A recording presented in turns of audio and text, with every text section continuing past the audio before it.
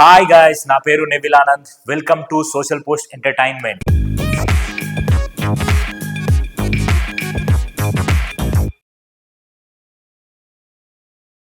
So Bigg Boss review, నిన్న జరిగిన nomination reviews గురించి మనం మాట్లాడుకుందాం. నామినేషన్ల నైనిక బలిగా పోతుంది. ఆల్రెడీ బుగ్గగాడైపోయాడు నిఖిల్.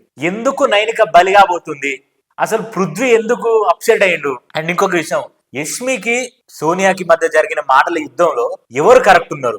అండ్ ఓటింగ్ విషయానికి వస్తే నబిల్ కి పెరిగిన ఫ్యాన్స్ అమాంతం లేచిపోయింది.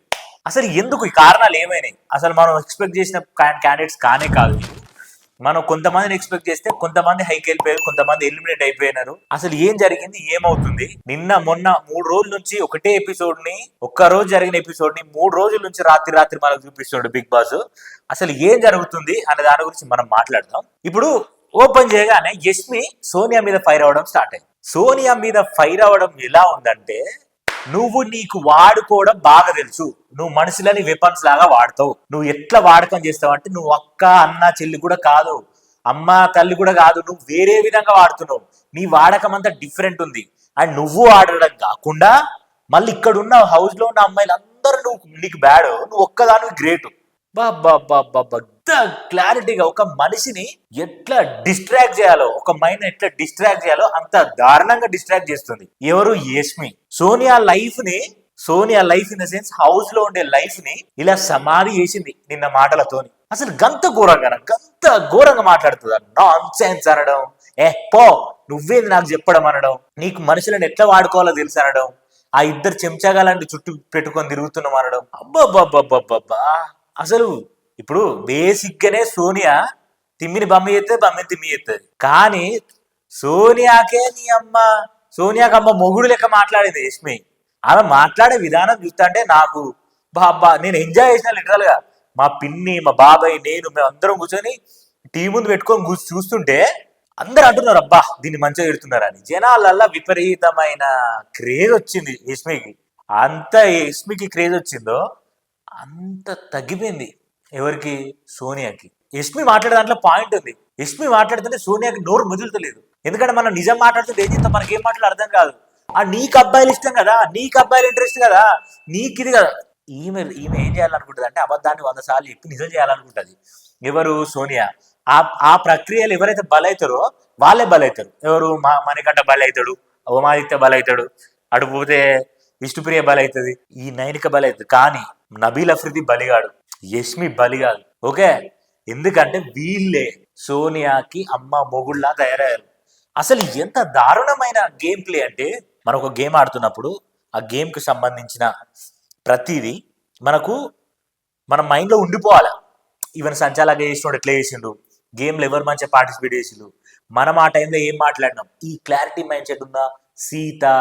సీత తర్వాత నబీల్ అండ్ తర్వాత యష్మి, వీళ్ళు క్లియర్ కట్ ఉన్నారు. ఈ విన్నింగ్ రేస్ లో ఉండేది వీళ్ళే. అభయ్ నవీన్ అన్నతో ఇంటర్వ్యూ జరిగితే నవీన్ అన్న కూడా ఇంటర్వ్యూ ఇట్లనే మాట్లాడిండు. లైక్ ఏమంటున్నాడు అంటే, ఖచ్చితంగా విన్నింగ్ రేస్ లో నిఖిల్ గాడు, నబీల్ గాడు, యష్మి, విష్ణుప్రియ గురించి ఏం చెప్పలేదు. విష్ణుప్రియ అసలు ఏం గురించి చెప్పలే. వీళ్ళ గురించి చాలా పాజిటివ్గా చెప్పిండు. అంటే చూడండి మీరే, హౌస్ లో మనం చూసినాం ఎవరు ఎక్కువ మంచిగా ఆడుతున్నారని. యష్మి మనకు స్టార్టింగ్ లో ఆమె బిహేవ్ చేసిన రాక్షసత్వం చూసి ఇట్లా చేస్తుంది నాయన అనుకున్నాం. కానీ అది పోయి తనకి గేమ్ స్ట్రాటజీ అర్థమైంది. She just enjoyed everything. తను చీఫ్ గా ఉండడం, తను నామినేషన్ లో ఉండకపోవడం, సో ఎంజాయ్ చేసి ఉన్న రోజులు ఇప్పుడు ఆడుకుంటుంది, ఇప్పుడు చూపిస్తుంది అసలు ఆట. ఇక కట్ చేస్తే నిఖిల్, సోనియా, పృథ్వీ కూర్చొని మాట్లాడుకుంటున్నారు. వీళ్ళు ముగ్గురే కదా మొత్తం ఆడ ఉద్ధరించేటోళ్ళు. వాళ్ళు కూర్చొని మాట్లాడుకుంటే ఏమనుకుంటున్నారు అంటే, ఓకేరా ఈమెమంటుందంటే, నేను ఎప్పుడైనా మిమ్మల్ని అన్న అక్క ఈ లెవెల్లో చూసినారా? ఊరిని అమ్మ. సోనియా వాళ్ళ అమ్మ నాన్నకి బయట అంటున్నారు, చిన్నోడు పెద్దోడు అంటే చిన్న తమ్ముడు చిన్న పెద్ద తమ్ముడు, చిన్న తమ్ముడు పెద్దన్న అని. ఈమె కూడా ప్లేట్ బిర్యానీ. అంతకుముందు ఏంది, వీడు వంట చేస్తే మా అన్న చేసినట్టు అనిపించేది, ఆ ప్రేమ నాకు గుర్తొస్తుంది అని. ఇవాళ ఏమంటుంది, అసలు నాకు అన్న చేయాలి ఎప్పుడు అన్నా అంటుంది. అక్క సోనియా, నువ్వు రాధిక జాతికి చెందిన ఆనుమత్యం అక్క నువ్వు. అందుకే నువ్వు నీ ఇష్టం వచ్చినప్పుడు మాట మారుస్తున్నావు. అమ్మో, నువ్వు హౌస్ లో ఉంటే చాలా దారుణాలు జరుగుతాయి, కానీ నువ్వే హౌస్ లో ఉండాలని బిగ్ బాస్ వాళ్ళు కోరుకుంటారు. సో నువ్వు బయటికి రావు, మా గొడవలు, నువ్వు ఉన్న రోజులు బయట నీకు జరుగుతూనే ఉంటుంది, బ్యాడ్ అవుతావు. అండ్ ఇంకో విషయం, మంతిని, కరీంనగర్ ఈ ఏరియాలో మొత్తం రోడ్డు మీద ఫ్లెక్సీలేషన్ ఇమ్మాయి. కటౌట్ చేసి ఓట్ ఫర్ సోనియా అని చెప్పేసి ఘోరమైన పిఆర్ నడిపిస్తున్నారు. అసలు బిగ్ బాస్ చరిత్రనే ఎవ్వరు కూడా ఇంతవరకు బయట ఉన్న రిలేషన్షిప్ ని హోస్ట్ తీసుకొచ్చి మాట్లాడలే. అలాంటిది సోనియా విషయంలో నాగార్జున వచ్చి మాట్లాడాడు. దాని వెనకాల కారణం ఏంది? సో అవన్నీ నేను ఇంకోటి సపరేట్ వీడియో ఒకటి సోనియా గురించి ఇస్తాను, మీరు ఖచ్చితంగా ఆ వీడియో చూడండి.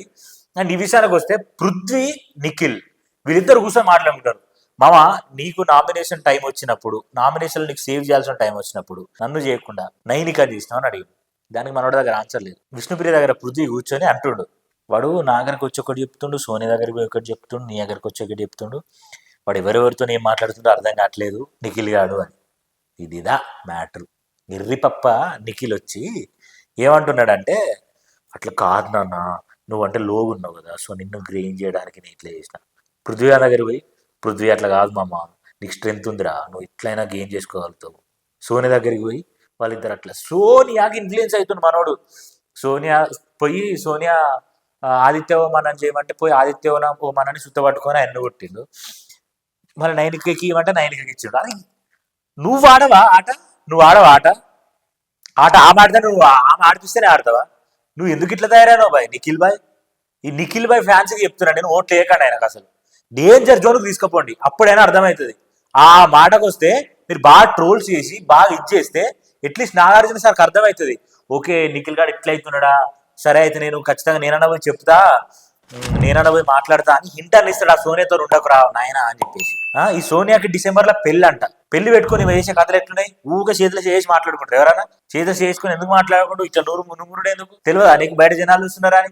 ఇప్పుడు లోపల ఉన్న ఆడవాళ్ళందరినీ నువ్వు ఇట్లా చేస్తున్నావు, నువ్వు ఆ మొగని చూస్తున్నావు, ఈ మొగని చూస్తున్నావు అన్నప్పుడు మరి మనం చేసే పద్ధతి ఎక్కడ పోయింది, మనం గుణం ఎక్కడ పోయింది? నాకు అర్థం కాదు.